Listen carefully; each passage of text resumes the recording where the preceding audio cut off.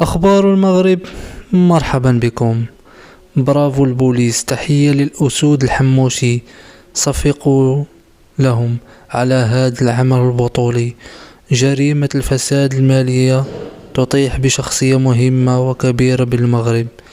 لنتعرف على التفاصيل، كلنا فخورين بالأمن المغربي، ولولا الأسود الحموشي لغرقنا في الفساد، ليس المالي فقط.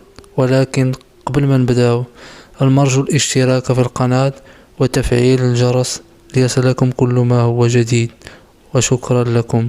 أما عن التفاصيل، لقد أفادت مصادر جد مطلعة بأن عناصر الشرطة القضائية بالمنطقة الإقليمية بإقليم وزان أحالت صباح هذا اليوم مديرا لوكالة بنكية بإحدى الجماعات القروية المحاذية للمدينة على نيابة عامة مختصة لجرائم الأموال باستئنافية بالرباط، وذلك على تورطه بالتزوير واختراق أنظمة معلوماتية وحسابات بنكية.